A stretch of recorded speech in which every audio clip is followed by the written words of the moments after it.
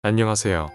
지난 일부 힘의 기울기 방송에서 우리는 가맹사업의 오랜 숙제였던 힘의 기울기 문제와 이를 해소하기 위한 법률적 노력들을 살펴보았습니다. 오늘은 이러한 변화의 흐름 속에서 가맹사업 생태계 전반에 새로운 바람을 불어넣을 핵심적인 제도 변화, 즉 정보공개서 공시제도에 대해 좀 더 깊이 있는 이야기를 나누고자 합니다. 이 변화는 단순히 행정 절차의 간소화를 넘어 가맹본부와 가맹사업 관련 법률, 실무 전문가, 그리고 시장 참여자 모두에게 새로운 책임과 역할을 요구할 것입니다. 현재 정보공개서 등록제도는 가맹본부가 제출한 서류를 공정거래위원회가 사전 심사하여 승인하는 방식입니다. 이는 가맹희망자 보호를 위한 중요한 장치였으나 급증하는 정보공개서 처리 건수 앞에서 심사 지연이라는 한계에 부딪혔습니다.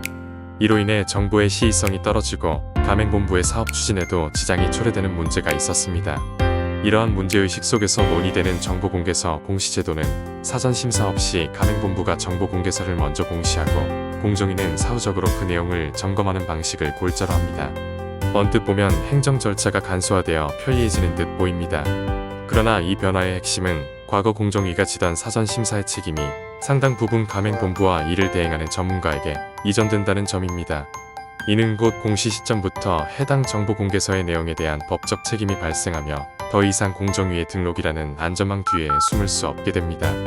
이러한 책임의 이전은 가맹사업 전문가에게 매우 중대한 변화를 요구합니다.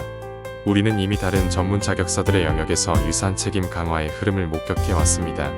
예를 들어 회계사는 기업의 재무제표를 감사하고 감사보고서를 작성할 때, 세무사는 납세자의 세무신고를 대리할 때 그들의 실명과 자격번호를 명시하며 막중한 책임을 집니다. 만약 고의 또는 중대한 과실로 허위의 보고서나 신고서를 작성하여 손해를 입히면 민형사상 책임은 물론 강력한 행정처분을 받습니다. 이러한 제도는 전문가의 실명과 책임이 곧 정보의 신뢰성이라는 원칙을 시장에 확고히 정착시켜 허위 부실 공시를 원천적으로 차단하는 효과를 가져왔습니다.